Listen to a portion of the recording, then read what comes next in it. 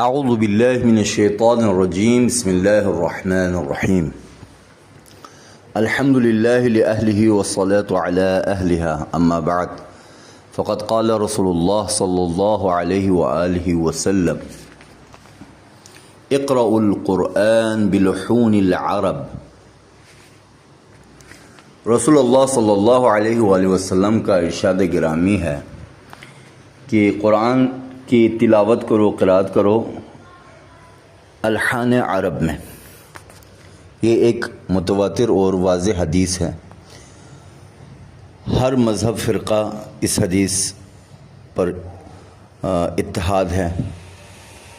یہ حدیث رسول اکرم کی زبان مبارک سے جاری شدہ حدیث ہے، اور اس کے مطابق یہی ایک حدیث کافی ہے کہ الحان عرب، جو کہ ظاہر ہے موسیقی کا ایک حصہ ہے، تو کسی سے یہ بات ڈھکی چھپی نہیں ہے کہ جو لوگ کہتے ہیں کہ قرآن میں موسیقی نہیں، بلکہ میں سمجھتا ہوں کہ اس حدیث کی روشنی میں موسیقی ہی قرآن سے لی گئی ہے۔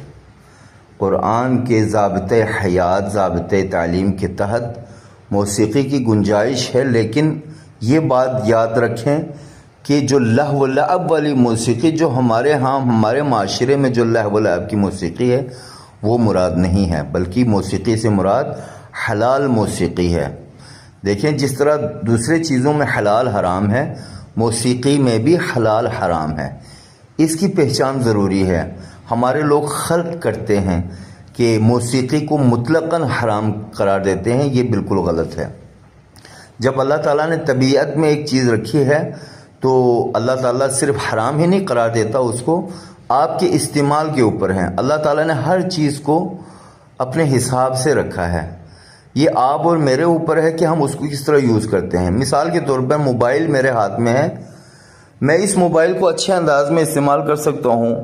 کوئی تبلیغی جو ہے وہ کسی عالم کا میں جو ہے تقریر سنوں گا، یا میں اس سے کوئی نعت سنوں گا، یا اس سے تلاوت سنوں گا، یا میں اپنے عزیز و اقارب سے رابطے کے لیے ٹیلی فون کے ذریعے سے استعمال کروں گا، یا اچھے اچھے مناظر کو اپنے اس موبائل کے جو ہے وہ کیمرے میں جو ہے اس کو کیچ کروں گا، تو یہ چیزیں جو ہیں وہ حلال طریقے سے آپ اس کو یوز کرتے ہیں، استعمال کرتے ہیں۔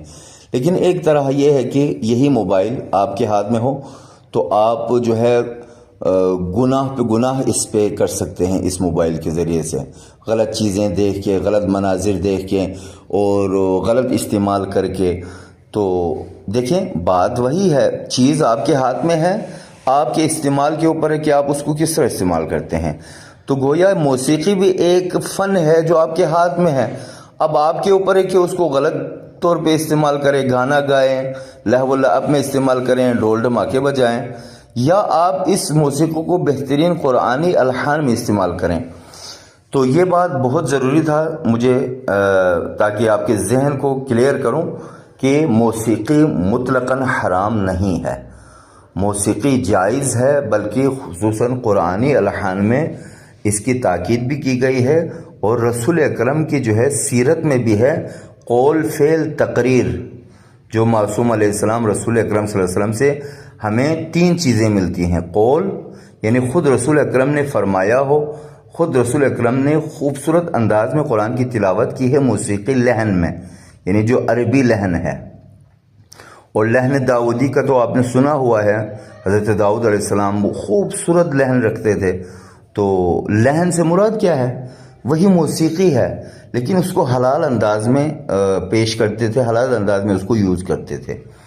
اور فعل معصوم، یعنی ہمارے پاس حجت 3 چیزیں ہیں۔ ایک قول معصوم، جیسے رسول اکرم نے خود تلاوت کی ہیں، ائمہ معصومین نے تلاوت کی ہیں، اور ہمارے انبیاء کرام جیسے لحن داؤدی آپ کے سامنے ہیں۔ فعل معصوم یعنی خود معصوم نے انجام، فعل معصوم سے مراد یہ ہے کہ خود معصوم نے انجام دی ہوں۔ جی بالکل، رسول اکرم نے اپنے اصحاب کی تلاوتیں سنی ہیں اور خود بھی تلاوت کرتے تھے الحان قرآنی میں، تو یہ بات بھی ثابت ہے۔ تقریر معصوم، مثلا اصحاب رسول اکرم کے سامنے آ کے تلاوت کرتے تھے اور مختلف الحان میں تلاوت کرتے تھے، رسول اکرم نے ان کی تائید فرمائی ہے۔ تو یہ 3 چیزیں جو ہیں آپ کے سامنے حجت ہیں اور اس کو پیش کیا۔ انشاءاللہ میں آپ کو لحن کے آگے جو ہے جا کے جنہوں نے حرام قرار دیا، کیوں حرام قرار دیا، اور موسیقی کو حلال جنہوں نے قرار دیا ہے کیوں قرار دیا، ان کے دلائل بھی پیش کروں گا۔ تو آپ کو وزنی کس کی دلائل لگے گی وہ بھی آپ کے سامنے۔ جنہوں نے حلال جائز قرار دیا ہے ان کے بھی بہت محکم دلیل ہیں، اور جو حرام سمجھتے ہیں وہ صرف ایک ہی پہلو کو لے کے جا رہے ہیں کہ حرام ہے جی کیونکہ اس میں لہو و لعب ہے۔ بالکل لہو و لعب ہے، میں بھی کہتا ہوں لہو و لعب ہے، لیکن آپ اس لہو و لعب کی طرف کیوں جا رہے ہیں بھائی؟ آپ اس مثبت پہلو کو کیوں نہیں لے رہے ہیں؟ آپ صرف ایک پہلو کو لے رہے ہیں، جبکہ اس میں 2 پہلو ہیں۔ جیسے کہ میں نے آپ کے موبائل کا مثال دیا، بہترین مثال ہے آپ کے سامنے۔ آپ موبائل چھوڑ دیں بھائی، کیونکہ اس میں حرام کا شبہ ہے، بات آپ کے اوپر ہے، آپ نے اس کو کیسے یوز کرنا ہے، ٹھیک ہے؟ بات انشاءاللہ آپ سمجھ گئے ہوں گے۔ اب یہاں سے میں انشاءاللہ شروع کرتا ہوں۔ لحن کے اسباق میں قدم رکھنے سے پہلے کچھ ضروری باتیں ہیں جن کے علم سے لحن کی اہمیت اور قدر کا آپ کو پتہ چلتا ہے۔ آج کل یہ بات کسی سے ڈھکی چھپی نہیں ہے کہ کلام الہی کو پہچاننے کا بہترین ذریعہ اور انسانوں کو پہچان کروانا، خصوصاً غیر مسلم کو فن قرات سے آگہی اگر آپ نے کروانی ہو تو بہترین لحن ہے۔ جیسے کہ آپ کے سامنے مرحوم قاری عبدالباسط استاد القراء، ایک زمانے میں ان کا بہت بڑا نام تھا، بلکہ آج بھی ان کو بڑے احترام سے قراء حضرات ان کا نام لیتے ہیں، ان کی تقلید کرتے ہیں۔ ایک زمانہ ایسا تھا کہ پاکستان شبہ قارہ یعنی جو ہے وہ ہمارا جو ہے بر صغیر جو ہے، اس میں یعنی کل ایشیا میں صرف عبدالباسط کو سنتے تھے، انہی کو فالو کرتے تھے ایک زمانے میں۔ لیکن اب دور ایسا آ گیا کہ مختلف قراء ہیں، مختلف قراء کو سنتے ہیں، اور آپ کو پتہ ہے اسی لحن کی وجہ سے، اسی موسیقی کی جو لحن ہے، جو اب قاری مرحوم عبدالباسط کی آواز میں جو ایک درد اور اثر تھا، جس وجہ سے مختلف کنٹریز جو غیر مسلم ہے وہاں پہ جا کے انہوں نے تلاوت کی، ان کی تلاوت کے اثر میں کروڑوں انسان مسلمان ہو گئے۔ تو یہ مسلمان ہونا صرف ایسا تھوڑی تھا کہ ایک قرآن کو بغیر لحن کے انہوں نے وہاں پہ تلاوت کی ہو، تلاوت بغیر لحن کے ہو ہی نہیں سکتی۔ انہوں نے ان کی لحن کی وجہ سے، ان کے وہ پرسوز درد آواز کی وجہ سے، مقامات کی وجہ سے لوگ جو ہے وہ غیر مسلم جو ہے وہ اسلام انہوں نے قبول کیا۔ تو وجہ کیا ہے؟ وجہ یہی ہے کہ ایک بہترین الحان والا قاری جو ہے وہ غیر مسلم کو مسلمان بنا سکتا ہے، اور ایک بگڑے معاشرے کو بہترین معاشرے کی طرف لا سکتا ہے۔ تو اس کا مطلب ہے کہ لحن کا بہت بڑا عمل دخل ہے کہ ہم اپنے ذہن کو چھوٹا نہ کریں بلکہ وسیع ذہن رکھیں۔ یہ ایک فن ہے، اس کو سیکھنا چاہیے۔ وہ لوگ جو ناتوان ہیں، جو نہیں سیکھ سکتے، جو کچھ نہیں کرتے، وہ صرف حرام کا فتویٰ لے کے بیٹھے ہیں کیونکہ ان سے کچھ ہوتا نہیں۔ لہٰذا علم کا دروازہ کھلا ہے، فن کا دروازہ کھلا ہے۔ آپ آئیں، اس سمندر میں غوطہ لگائیں تو آپ کو پتہ چلے گا کہ غواص جب سمندر میں غوطہ لگاتے ہیں تو اس کو جواہر اور جو ہے وہ سمندر کی تہہ سے اس کو موتیاں ملتی ہیں۔ تو آپ کا بھی یہی ہے کہ آپ اس فن میں غوطہ لگائیں، جائیں، دیکھیں، تو آپ کو بہت کچھ اس میں آپ کو ملے گا، سیکھنے کو ملے گا، سننے کو ملے گا۔ لہٰذا اپنے سماعت کو مضبوط رکھیں، اپنے ذہن کو صاف رکھیں، تو انشاءاللہ جو ہے علم کا دروازہ کھلا ہے۔ ہر کوئی اس میں جو ہے اس فن میں غوطہ ور ہو سکتا ہے۔ ایک بہترین لحن اور حزین آواز میں قرآن پاک کی تلاوت حتمی طور پر قرآن پاک کے مفہوم کو سمجھنے میں مدد دیتی ہے، اس میں کوئی شک نہیں ہے۔ لحن دلوں کو متاثر کرتا ہے اور نورانیت دیتا ہے، اور یہ سب اس وقت تک ممکن نہیں جب تک انسان الحان لحن کی جمع ہے، ٹھیک ہے جی، لحن مفرد ہے، الحان جمع ہے، اور عربی سے آشنا نہ ہو تب تک انسان جو ہے وہ اپنی تلاوت کو متاثر نہیں کرا سکتا۔ لہٰذا لحن ضروری ہے۔ یوں کہا جا سکتا ہے کہ الحان قرآنی قرآن کا مختلف انداز سے پڑھنا سامعین بلکہ خود قاری کو اپنی طرف مجذوب کر لیتا ہے۔ آپ کبھی دیکھیں، کبھی کوشش کریں، خلوت میں بیٹھ کے آپ تلاوت کریں، یقین جانیں آپ کو خود محظوظ ہوگا اپنی تلاوت سن کے۔ جو لحن قرآنی ہے خاص ایک اٹریکشن ہے، آپ کو خود محسوس ہوں گے، آپ کو خود فیل ہوگی کہ یار کس چیز کی تلاوت ہو رہی ہے اور کس انداز میں تلاوت کر رہا ہوں۔ میں نے خود اس چیز کا تجربہ کیا ہے۔ خود انسان مجذوب ہو جاتا ہے، اور جب آپ خود مجذوب ہو جائیں گے تو آپ کا سننے والا خود بخود متاثر ہوگا۔ کیونکہ دیکھیں کہاوت ہے کہ وہ کام کرو جس کا تجھے خود اس پہ اطمینان اور اعتماد ہو۔ اگر وہ کام آپ کرے گا تو سامنے والا جو ہے خود بخود متاثر ہوگا۔ اپنے بات کو کہنے کے ذریعے سے مت منواؤ، کر کے منواؤ، یعنی آپ کے اندر عمل ہو، کردار ہو، تو سامنے والا خود بخود متاثر ہو جاتا ہے۔ اچھا جی، یوں کہا جا سکتا ہے کہ الحان قرآنی اور قرآن کا مختلف انداز سے پڑھنا سامعین بلکہ خود قاری خود کو مجذوب کر لیتا ہے، اور اس لیے ہر قاری کے لیے ضروری ہے کہ وہ نغمات قرآنی، مقامات قرآنی کو جان لے اور قرآن کے معنی کے حساب سے لحن کو تغیر دیں، تبدیل کریں۔ مثال کے طور پر ایک آیت ہے جہاں پہ نعمتوں کا ذکر ہے، جنت کا ذکر ہے، خوشیوں کا ذکر ہے، وہاں پہ جو ہے ایک مقام، اور جہاں پہ حزن کا ذکر ہے، غم اندوہ کا ذکر ہے، وہاں پہ دوسرا مقام۔ تو یہ ہر چیز ایک حساب کتاب ہے، لہٰذا یہ تبھی آپ کو حاصل ہوگا جب آپ اس وادی میں آئیں، سیکھیں، سنیں۔ صرف جو ہے وہ اوپر سے آپ جو ہے باتوں کو سنیں اور اس پر یقین کریں تو ظاہر ہے کہ آپ بھی جو ہے دوسروں کی طرح وہ صرف اور صرف جو ہے موسیقی کو حرام کہنے کے علاوہ آپ کے پاس کوئی چیز گنجائش نہیں رہتی۔ لہٰذا کوشش کریں اس فن میں تھوڑی سی غور و تدبر کرنے کی کوشش۔ صوت و لحن اور الحان قرآنی خود ایک علم ہے، اور یہ بہت سے قواعد و ضوابط رکھتا ہے۔ ایسی بات نہیں ہے کہ لحن کہہ دیا تو کھلی چھٹی، نہیں، اس میں بھی قواعد و ضوابط ہے۔ ان قواعد و ضوابط کو لحاظ کرنا، پاس رکھنا آپ کے لیے، میرے لیے ضروری ہے۔ اس لیے قاری کے لیے ان تمام قواعد و ضوابط سے آشنائی بہت ضروری ہے۔ جب تک ان کی آشنائی نہ ہو تو ظاہر ہے وہ آپ کو غنا کی طرف لے جا سکتا ہے۔ وہی جو موسیقی کو حرام قرار دیتے ہیں وہ وجہ یہی ہے، ان کے پاس علم نہیں ہے۔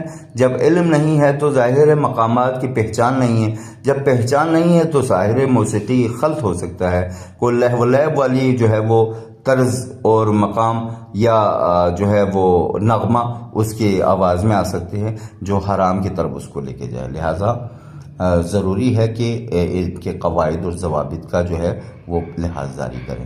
ضروری نہیں ہے کہ ایک خوبصورت آواز رکھنے والا شخص ہی اس کو سیکھے، بلکہ ہر خاص و عام بھی اس کو سیکھ سکتا ہے۔ بعض لوگوں کے جو ہے نا ذہن میں یہ بات ہے کہ میری آواز اچھی نہیں ہے تو میں کیا کروں گا مقامات قرآنی سیکھ کے۔ بھائی مقامات قرآنی کا جو ہے وہ اچھی آواز سے تعلق ضرور ہے، ربط ضرور ہے، لیکن اس کا مطلب یہ نہیں ہے کہ اچھی آواز والے ہی اس جو ہے وہ مقامات قرآن اور الحان کو سیکھ سکتے، نہیں، جن کے پاس آواز نہیں ہے وہ بھی الحان کو سیکھ سکتے ہیں اپنے حساب سے۔ اچھا جی، قاری قرآن تجوید کے علاوہ ایک بہترین لحن کو اپنے آواز پر سوار کرے کہ جو بہترین الحان میں سے ہو، اور چونکہ کلام الہی عربی زبان میں اترا ہے لہٰذا بہتر ہے کہ لحن بھی اس کا عربی ہو۔ جیسا کہ میں نے آپ کو تجوید میں بھی فصیح خانے میں اس چیز کو کہا تھا، اور صوت کے بحث میں بھی میں نے کہا تھا کہ دیکھیں ایک دفعہ آپ قواعد کے ساتھ پڑھتے ہیں لیکن آپ کا لحن عربی نہیں ہے تو فرق کرتا ہے۔ آپ کو وہ عربی لحن جو ہے نا، جو فصیح خانی ہے، وہ آپ کو پک کرنا ہے ہر صورت میں، تب جا کے آپ کا لحن بھی خوبصورت ہوگا، تب جا کے آپ کی جو ہے تلاوت بھی مکمل ہوگی۔ اچھا جی،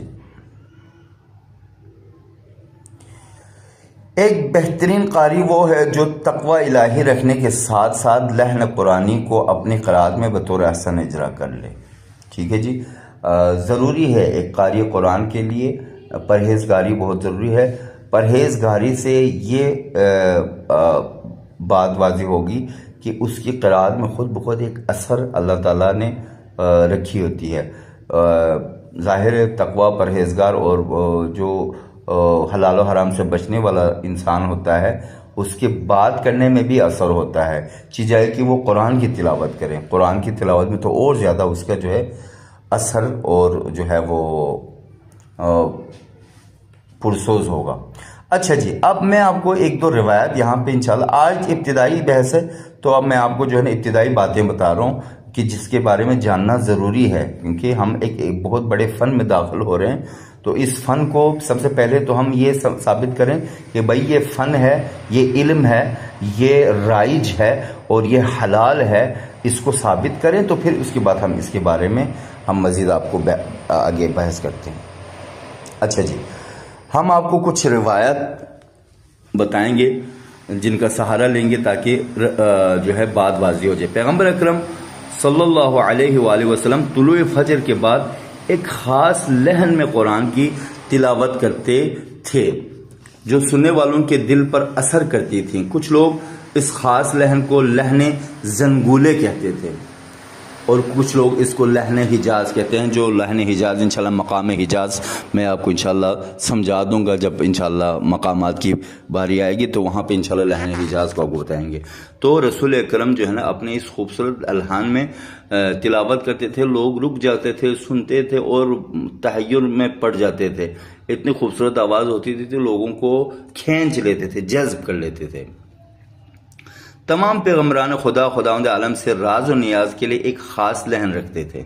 ان لحنوں میں سے ایک لحن راست ہے جو حضرت آدم علیہ السلام سے منسوب ہے، اور لحن بیات حسینی جو حضرت ابراہیم علیہ السلام اور حضرت داؤد علیہ السلام سے منسوب ہے. اللہ اکبر. دیکھیں یہ آپ کو یقین جانے کوئی بھی نہیں بتائے گا، کوئی بھی ان چیزوں کے بارے میں آپ کو نہیں بتائے گا. آج میں آپ کو کھول کے ان چیزوں کو بیان کر رہا ہوں تو توجہ کیجئے گا. دیکھیں ایسی بات نہیں ہے کہ ہمارے پیغمبران کی جو ہے روش رہی ہیں وہ لحن کو مطلب استعمال کرتے تھے اپنی تلاوت میں.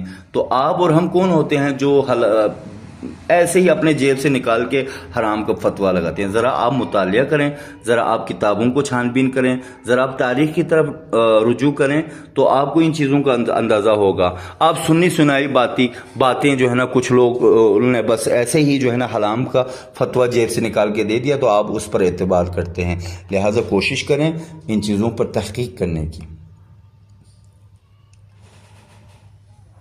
اچھا جی، اس کے بعد ایک سوال ہے اور اس کا جواب دے کے آج کے بات کو یہاں پہ میں سمیٹ لیتا ہوں. سوال یہ ہے کہ الحان اور نغمات کو تلاوت قرآن پاک میں کس انداز میں استعمال کرنا چاہیے؟ بہت اچھا سوال ہے کہ اس کا جواب ہونا چاہیے آپ کے پاس. تو جواب اس کا یہ ہے، اس سوال کا جواب حضرت محمد صلی اللہ علیہ وسلم کی فرمان کی روشنی میں آپ کو دوں گا. آپ نے فرمایا قرآن کو عربی لحن میں پڑھیں، جیسے کہ میں نے شروع میں آپ کو سرنامہ کلام قرار دیا کہ اقرأ القرآن بلحون العرب. قرآن کو عربی لحن میں پڑھیں اور فسق و فجور کے لحن سے پرہیز کریں. بات اسی ایک ہی رسول اکرم کی حدیث میں واضح کر دیا ہے. دو قسم کے ہیں، ایک فسق و فجور والے لحن ہے، ایک قرآنی لحن ہے. آپ نے قرآنی لحن کو چوز کرنا ہے، بات ختم ہو گئی. حرمت اس طرف ہے، حرمت اس طرف ہے جس طرف لہو و لعب ہے. ٹھیک ہے، لہذا یہ بات یہاں پہ واضح ہو جاتی ہے.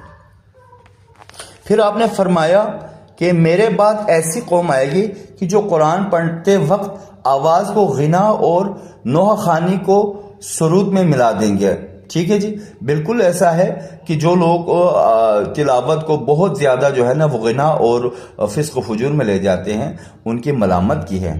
ایسے لوگوں کے قلب سالم نہیں ہے. بالکل حضور اکرم کے اس روایت کی روشنی میں ایسے لوگوں کی جو ہے نا اللہ تعالیٰ نے بخشش نہیں رکھی. ایسے لوگ قلب سالم نہیں ہیں. یہی وجہ ہے کہ نغمات اور الحان قرآنی کو یاد کرنے کا مقصد صرف قرأت قرآن کے اصل حزن تک پہنچنا ہے، ٹھیک ہے جی، کیونکہ مقامات اور لحن قرآنی یہ ایک آلہ ہے کہ جس کے وسیلے سے ہم قرآن کی آیات اور محتویٰ جو مفاہیم اور معنی ہے جس سے ہمیں خدا کی معرفت حاصل ہوتی ہے، ان مفاہیم اور قرآنی آیات تک پہنچنے کے لیے مقامات قرآن اور الحان قرآنی کا ہم سہارا لیتے ہیں۔ حزن سے مراد قرآن کو اطمینان اور باوقار طریقے سے پڑھنا اور اس طرح سے پڑھنا کہ دوران تلاوت آیات کے مفہوم اور محتوا کی تصویر کشی ہو۔ تصویر کشی کب ہوتی ہے؟ جب آپ الحان خوبصورت عربی لحن اس پہ چڑھائیں گے تو پھر تصویر کشی ہوتی ہے۔ میں اپنے جو ہے فزیکل جو لیکچرز ہوتے ہیں اس میں یہ چیزیں کر کے دکھاتا ہوں کہ بھائی کہاں پہ جو ہے آپ کو تصویر کشی کرنی ہے، ٹھیک ہے۔ جیسے میں نے غالباً سورہ احزاب کی آیت تھی کہ جس میں پروردگار کا ارشاد ہے الذین یبلغون رسالات اللہ ویخشون، اب دیکھیں ویخشون، اس کو کس انداز میں آپ نے حزن میں لانا ہے کہ وہ لوگ ڈرتے ہیں۔ الذین یبلغون، جو لوگ تبلیغ کرتے ہیں، رسالات اللہ، اللہ تعالیٰ کی رسالت کو، وہ لوگ کیا ہیں؟ وَيَخْشَوْنَهُ، وہ لوگ ڈرتے ہیں، پروردگار سے ڈرتے ہیں۔ تو اس ڈرنے کی آواز کو تصویر کشی کرنی ہے آپ نے، وَيَخْشَوْنَ، ٹھیک ہے، ایک حزن کی آواز، ایک حزن کی لہن۔ تو اس انداز میں جب آپ پڑھیں گے تو ظاہر خود بخود سامعین محظوظ ہوں گے۔ آپ مفاہیم کی معنی کی جو ہے نا جب آپ تصویر کشی کرتے ہیں تو ظاہر ہے سننے والے کو خود بخود اس سے ایک اطمینان ہوتا ہے۔ ڈاکٹر محمود احمد غازی نے اپنی کتاب محاضرات قرآنی میں ڈاکٹر حمید اللہ سے روایت کرتے ہوئے ایک فرانسیسی موسیقی کے قبول اسلام کا واقعہ تحریر کیا ہے، جسے کسی عرب سفیر کے ہاں تلاوت قرآن پاک کر سننے کا اتفاق ہوا۔ ایک غیر مسلم ہے، پہلے تو وہ اسے فن موسیقی کے پیمانوں سے پرکھتے تھے، جیسے ہمارے لوگ کرتے ہیں کہ بھائی یہ موسیقی ہے تو یہ موسیقی، وہ ظاہر غیر مسلم ہے، اس نے فن موسیقی کے حساب سے اس کو پرکھا اور موسیقی ہے کہ کوئی صرف سمجھا اس کو اور کلام حکیم کی جانب متوجہ ہوا۔ یہی توجہ بعد ازاں اس کو اسلام قبول کرنے پر مجبور کیا، لہٰذا اس کو آپ معمولی نہ سمجھیں۔ کلام اللہ کا ایک اور ادنا قاری بھی اس حقیقت سے واقف ہے کہ اس کا اسلوب پڑھنے والے کو اپنے ساتھ بہائے چلے جاتا ہے، اس کے دل کو کھینچ لیتا ہے، اس کو مجذوب کر لیتا ہے۔ لیکن اسے حسن صوت اور ترتیل سے آراستہ کیا جائے تو یہ قاری قرآن اس سننے والے کو اس کی روح تک متاثر کرنے کی صلاحیت رکھتا ہے۔ یعنی ایک بہترین ترتیل پڑھنے والا، ایک بہترین تحقیق پڑھنے والا اپنے آپ کو جذب کرنے کے ساتھ ساتھ سننے والے کو اتنا مجذوب کر سکتا ہے کہ گویا اگر غیر مسلم ہے تو اس کو اسلام قبول کرنے پر مجبور کر سکتا ہے۔ یہ قرآن کی طاقت ہے، یہ الحان قرآنی کی طاقت ہے، یہ لحن عرب کی طاقت ہے۔ لہٰذا اس کو سمجھیں، اس کو پرکھیں اور اس پر تحقیق کریں۔ بات کو یہیں پہ کلوز کرتا ہوں۔ انشاءاللہ امید ہے کہ یہ لیکچر آپ کے لیے بہت مفید ہوں۔ اس کے بعد پھر انشاءاللہ ہم داخل ہو جائیں گے باقاعدہ تاریخی تعارف۔ آپ کو انشاءاللہ میں موسیقی جو پاکستانی موسیقی ہے اس کی طرف بھی آپ کو تھوڑا سا میں توجہ دلاؤں گا، کتنا فرق ہے لحن عربی اور لحن جو ہے غیر عربی عجم میں، اور موسیقی عربی موسیقی غیر عربی میں کتنا فرق ہے۔ تو یہ چیزیں میں انشاءاللہ آپ کو ساتھ ساتھ لے کے چلوں گا۔ والسلام علیکم ورحمۃ اللہ وبرکاتہ۔